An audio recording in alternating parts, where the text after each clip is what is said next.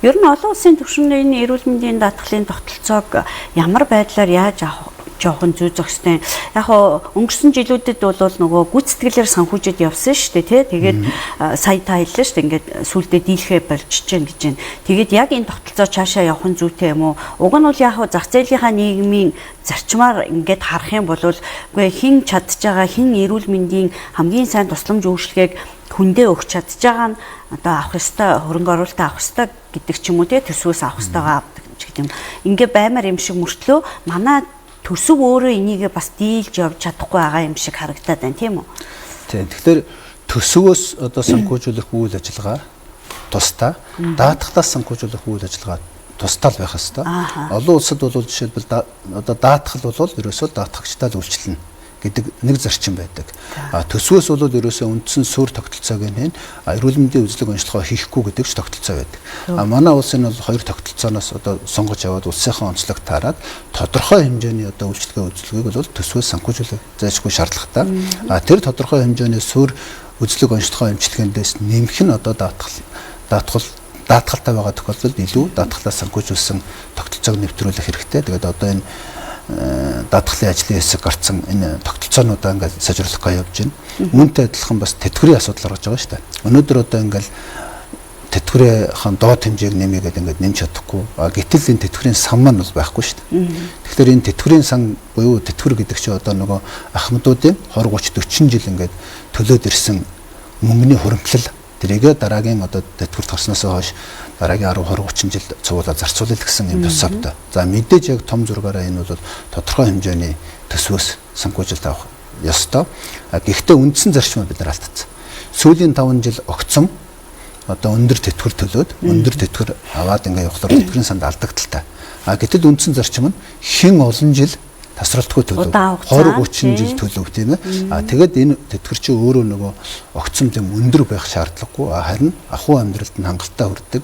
Буюу болж өгвөл ингээд суурийн жил болгон өсгөөд байдаг. Инфляцаас нь хамгаалаад доод тэтгэврийнхаа хэмжээг нэмэгдүүлж идэг ийм байх хэвээр. Энийгээ бид нар яагаад хийж чадахгүй байна вэ гэхээр нөгөө тэтгэврийн санг бие даалгаж гаргах чадахгүй. Тэгэхээр одоо өнөөдрийн тэтгэврийн мөнгө гэдэг чинь өнөөдөр ажил эрхэлж байгаа хүмүүсээс цуглуулсан мөнгөн дээр зөрүүгийн төсөөс гаргаа ивчиж байгаа. Үндсэндээ хойд ормоогоор урд ормоогоо нөхөө яваад байдаг. Тэ? Тэгэл явж байна. Тэгэхээр одоо ер нь бол тодорхой шийдэл гаргаад эсвэл нэг одоо томоохон санхүүгийн асуудлыг шийдэж тэтгэврийн тогтолцоогоо бие даалгаж иж явах хэвээр. Үгүй бол энэ тодорхой одоо 5%, 2% гэдэг юм хэд хэдэн хөлбөрөд байгаа. Тэрийг хөрөнгөлүүлсээр байгаа одоо энэ сангаал яралтай бүрдүүлэхгүй болохгүй. Яг энэ сан байхгүйтэй холбоотой нөгөө тэтгэврийн зээлийн асуудал гарч ирж байгаа байхгүй. Банкнууд болон Монгол банкаас хөнгөлтөө зээл урт хугацаанд олгох өгөөсөр байхгүй айл гэж ярьж байна. Гэтэл эн чинь нөгөө сандаа өөрөө тэтгэврээ төлцсөн хүн тэр сангаасаа тодорхой хөнгөлтөө зээл авах эрхтэй шүү дээ. Тэгэхээр яалтчгүй энэ тэтгэврийн санг бий даалгах асуудал ойр үед их чухлаар яригдана л да.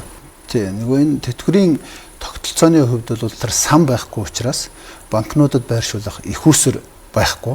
Тэгэхээр банкнууд өөрөө тийм хөнгөлтөө болон одоо урт хугацааны зээл өгөх сонирхол байхгүй. Нөгөө талаас тэр тэтгэврийн зээл авъя гэж байгаа хүмүүс чинь уг нь бол өөрөө тэр одоо 20 хэдэн жил ч юм уу 40 хэдэн жил тасралтгүй мөнгө төлөөд нэг юм сан үүсгэсэн. Тэгээд тэр сангаасаа уг нь тодорхой хэмжээний хөнгөлтөө зээл аваад явж явах бас эрхэн үүссэн байгаа шүү дээ. Тэгэхээр энэ сангийн асуудлыг л одоо бид нэр шийдэж энэ тэтгэврийн асуудал нэг мөр шийдэх юм л байгаа л да. За харин тий их тоогоор гэдэг юм уу улсын том төсвийн тоогоор орчхоор ингээд бас зохицуулах нь алдагддаг байх. Нэг хоёр гэвэл одоо ирээдүйд 30 онд ч юм уу 35 онд бол одоо хөдөлмөр эрхэлж байгаа нийгмийн даатгал төлж байгаа бидний одоо бий болгож байгаа тэр хэмжээ татварын хэмжээ ирээдүйд одоо тэтгэврт гарах юм уу ахмадуудынхаа тэтгэврийг бид төлж дийлэхгүй хэмжээнд очно гэсэн юм тооцоол гараад байгаа шүү дээ. Тэгэхээр энэ гажуудлыг л одооноос засаж явахгүй бол бид нар чинь ахмад наснуудынхаа гавьяаны амралтын мөнгийг өгч чадахгүй хэмжээнд очих гэдэг шүү дээ. Тий, нөгөө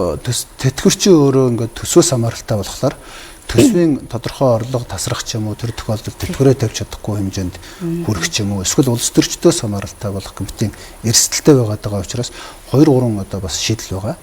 Жил болгон одоо 5-аас 10% ингээд сан бүрдүүлээд багаар явъя. Тэдэн жилийн дараа санаа нь бүрдчихнэ гэдэг нэг ийм тооцоо байгаа. Үгүй бол одоо аль нэгэн томоохон санхүүжилтийг нэг өөр шийдээд одоо сангаа бий даалгая. За энэ тохиолдолд бол одоо бид нар төр засгаасаа тэтгэврийг одоо байнга нэхэд суухгүйгээр ингээд ахвднуудаа нэг талаасаа тэр сангаасаа хөнгөлтөө зээлээ авдаг.